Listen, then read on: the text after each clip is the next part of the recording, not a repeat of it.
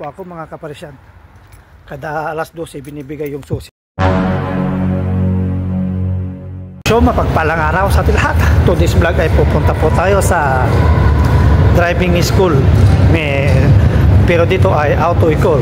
So nandito na po tayo sa RER.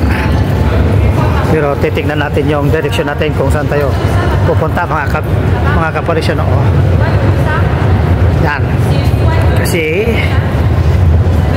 dito tayo kumuha ng RER papunta sa airport. Yan mga kaparisyan. So titignan lang natin kung saan tayo bababa. So yun po, dito ang direction natin. Ito po ay isa lang stop, baba po tayo sa Shuttle, then kuha tayo ng RERB. Kaya tara, let's. Nakasakay na po tayo. Uber pala yun, sa Hub Kumar tayo Uber. Ayan po mga kaparisyan.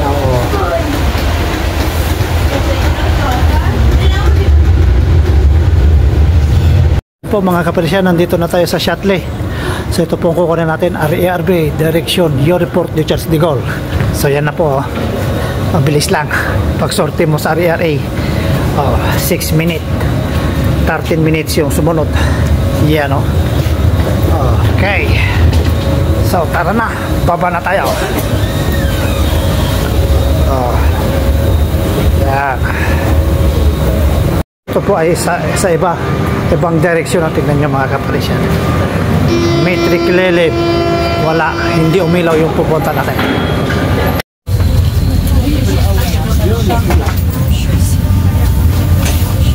Nandito na tayo mga kaparisyan sa Maygar, malapit sa Charles de Gaulle Airport.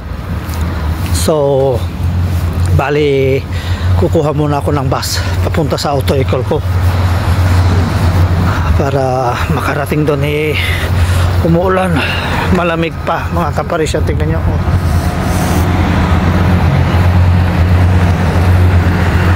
So nandito na tayo mga kaparisyan. Tingnan nyo,